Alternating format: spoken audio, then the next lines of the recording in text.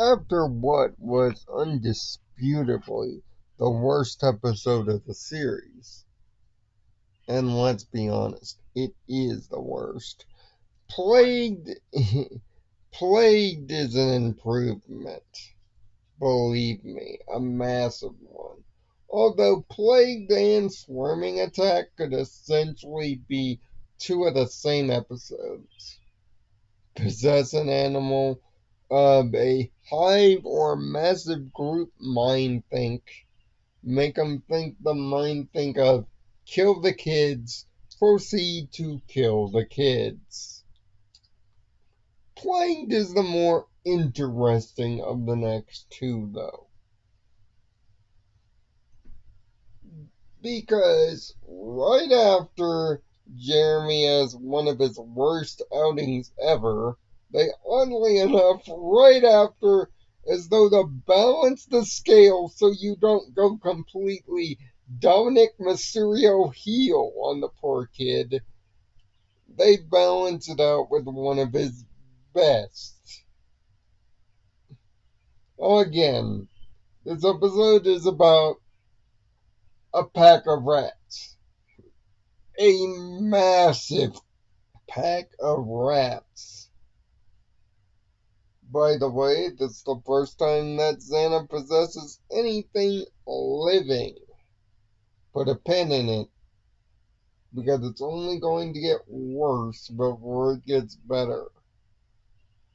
And boy, did he pick a good first choice. In fact, we see not just one possession, we see two. We see the initial one that starts the daisy chain in the beginning of the episode, and then we see the alpha rat, as it were, possessing the rest of the pack. He would then use this in the next episode to do the same thing to the hornet's nest.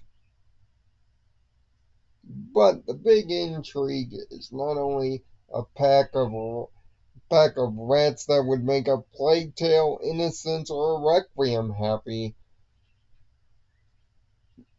This plot is about Jeremy, of all people.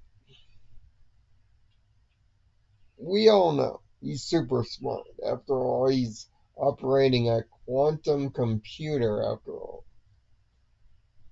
So much so, the school wants to take an IQ test on it. But if he passes that test, he might be shifted to a school for gifted children. By the way, this won't be the last time this gifted school is even mentioned, but this is the first. And it has big plot changing consequences. If Jeremy is forced to go to this school, well, you can kiss goodbye to the planet. So, the stakes are high. Jeremy tries to figure out a way to flunk, although flunking an IQ test. As somebody who had to take an IQ test yearly,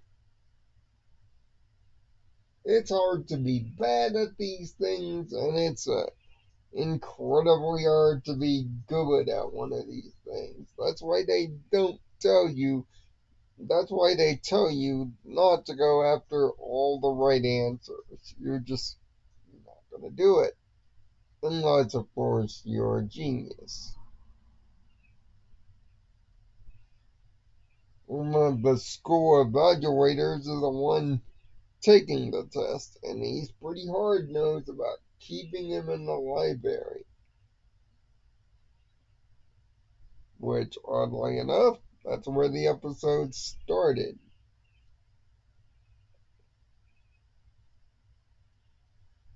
But soon enough, the Rat Pack finally makes their move, under the cover of darkness, trapping the students in the cafeteria, and pretty much creating another horror movie situation.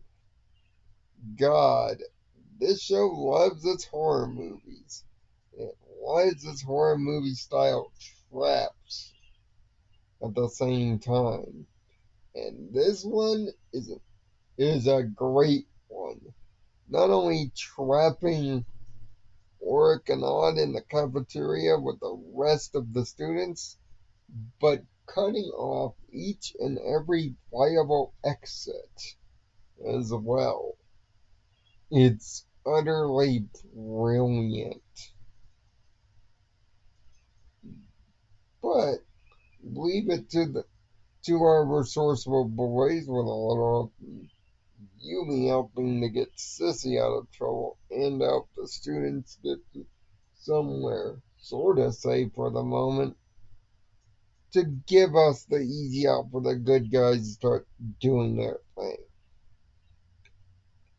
But it's Jeremy that realizes the rats are sensitive to camera lights.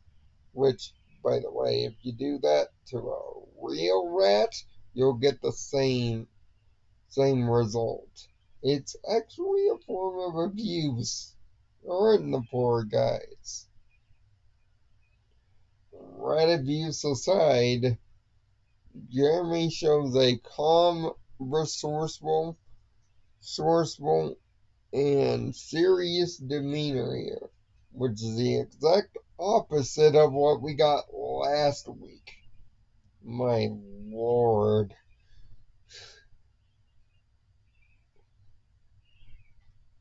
But because of how crazy the attack is, so much so they have to get to the factory via a raft of all things. Convenient for plot. It's up to Yumi to actually be sitting in the big chair. The first of the characters, non-Jeremy, to do so. And boy, does she show her an experience. Even with Jeremy being a proper guide, she blows the latitude and longitude of the transfer. Doesn't blow the place, though. And oddly enough, inconvenient for Yumi's psyche, it was close enough. It won't be the last time before the season's over that she's in the chair. And thankfully, they'll make her look a little bit more educated here.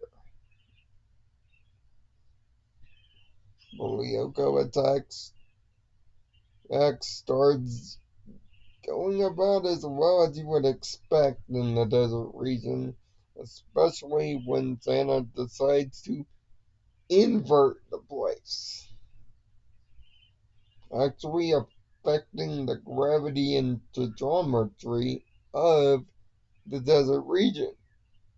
This is strangely one of the only few times he does this, or uses the environment to any significant change for that matter. But when it looks down in the dumps and Jeremy arrives in the chair for Yumi to finally virtualize and save the day. But meanwhile, in the real world, worst nightmare fuel continues. But of course, the good guys win and the day is reset. Now that Jeremy knows all the questions, he should be able to guess wrong, especially with an odd assist. Season 1 has some delightfully simple and clever Xana attacks. This is one of them. But swarming attack will make you feel like it's lost its welcome. But at least here in Plagued, there's a great B plot to keep things going and a great consequence for tension. as well as Azana first. This one gets a 4 out of 6 from me. It's a great, simplistic core plot, and finally puts Jeremy in a place where I can live with him for now. But unfortunately, next week, it's the bee's knees, or more, wasp, if you will. Swarming attack is next. And with that episode next week, we're halfway through season 1. And of course, I will be updating the playlist as of next week to reflect the episodes in their proper order, so that if you want to catch up, you can catch up in order with me. But also, if you are a fan of WWE content, I've done 2 straight wrestling videos. One was a prediction for WrestleMania that oddly went quite well. Three, only 4 incorrect. A mildly positive night, but also a short on a possible scenario for the rest of the year, based off the result of the main event. If you want to see those, hit the subscription button. If you want to see more Aelita Diaries, the link to the playlist will be right in the end card. I'll see you next week. Find peace.